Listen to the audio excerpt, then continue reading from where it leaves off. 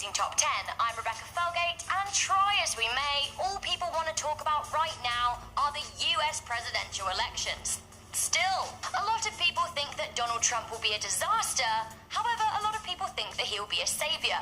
Who knows? We need to let time do the talking, but for now, let's have a look at the top 10 presidents that were widely considered to be the worst in America's history. In at number 10, we have William Howard Taft, who was president between 1909 and 1913. President Taft organized the intervention and occupation of Nicaragua. He was also probably the sleepiest of presidents and was well known to doze off at public functions, including operas, church services, and funerals in general. His snoozy habits may have been because he was also in poor health, being obese at 350 pounds. He also reportedly got stuck in a bathtub at the White House. Of course, being in poor health doesn't necessarily make one a bad leader, but he did not set a good example for the ever-expanding waistlines of America in an era beginning to embrace fast food. In at number 9, we have Warren G. Harding, who was president between 1921 and 1923. So I'm not sure if you want your lasting legacy as president to be that you were exceptionally horny. Warren only served 2.5 years as president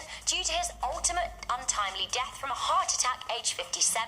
Because of his death, history often saves him from too much embarrassment. However, it has now proven that amongst his many affairs, he fathered a love child with Nan Britton whilst in office. President Harding was also at the forefront of the Teapot Dome scandal, in which federal oil reserves were leased to big oil companies for the politicians' gain. Harding did have a lot of redeeming features too. He supported women's rights and equality for all races in America, so it wasn't all bad, but it's a shame his corruption makes it easy to overlook all of the good things. In at number 8, we have Millard Fillmore, who was president between 1850 and 1853. You can't blame a guy for trying, you can't blame someone for being an idealist, but you can blame someone for not standing up for what they believe in the face of opposition. Despite being against slavery, to keep peace between the North and South, Fillmore passed the Compromise Act. This included the very controversial Fugitive Slave Act,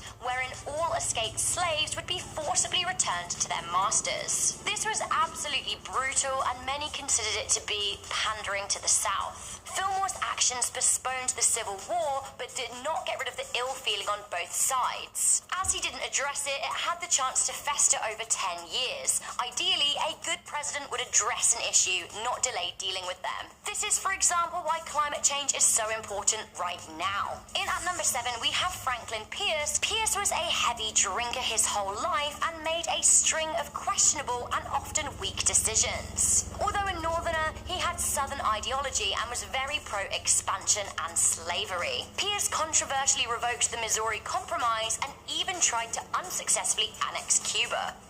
Leave Cuba alone. Although dogged by personal tragedy prior to his term as president, his questionable decision-making made him very unpopular, and he was not nominated for a second term. Theodore Roosevelt even called Pierce a servile tool of men worse than himself, ever ready to do any work the slavery leaders set him. In at number 6, we have James Buchanan, who was president between 1857 and 1861.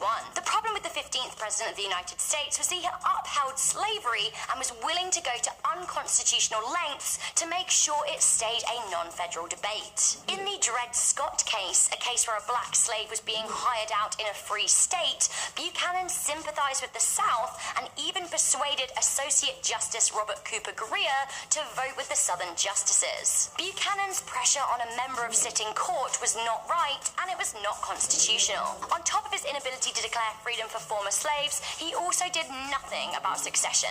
In at number 5, we have Herbert Hoover, who was president between 1929 and 1933. Prior to the election, as Secretary of Commerce, Hoover had already proven he wasn't exactly a humanitarian. This was following his treatment of African Americans after the Mississippi floods. During Hoover's presidency, the US saw the stock market crash of 1929, followed by the Great Depression. While not totally responsible, Hoover had some responsibility in the matter. He was convinced the economic downturn would be short-term. Instead, it lasted 10 years. He was also very involved in Mexican repatriation. In a misguided response to the Depression, Hoover Tyler was behind the repatriation, which saw the Midwestern and Southern Western cities force Mexican immigrants and their families to leave the US over concerns they were taking jobs away from whites, despite a legal right to stay. In at number 4, we have John Tyler, who was president between 1841 and 1845. If this was a popularity contest, then John Tyler, the 10th president of the United States, would definitely lose. John Tyler was hated by his entire party, which is always pretty awkward. Tyler was the first vice president to become president from succession after William Harrison died from pneumonia 30 days into his presidency. Once president, he pretty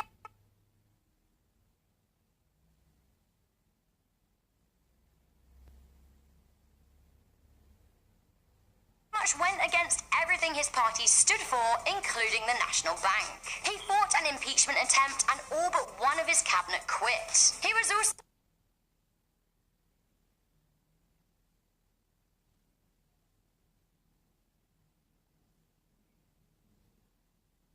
into many of the deplorable things people thought were okay back then, including slavery. In at number 3, we have Richard Nixon, who was president between 1969 and 1970.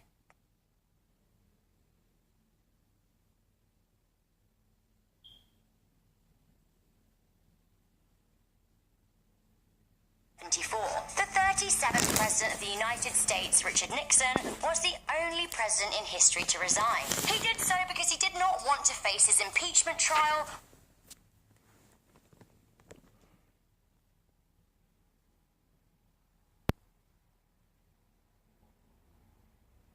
which would have held him accountable for the Watergate scandal. Very quickly, 5 burglars broke into the Democratic National Committee and were traced back to the Nixon administration.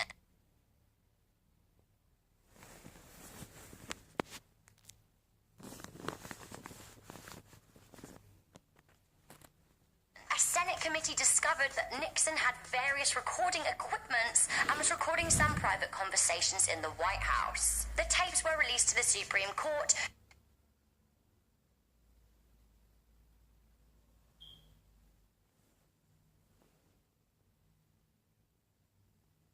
who then discovered that the president was trying to cover up the scandal. This led to the uncovering of multiple instances of abuse of power from Nixon and his team, which is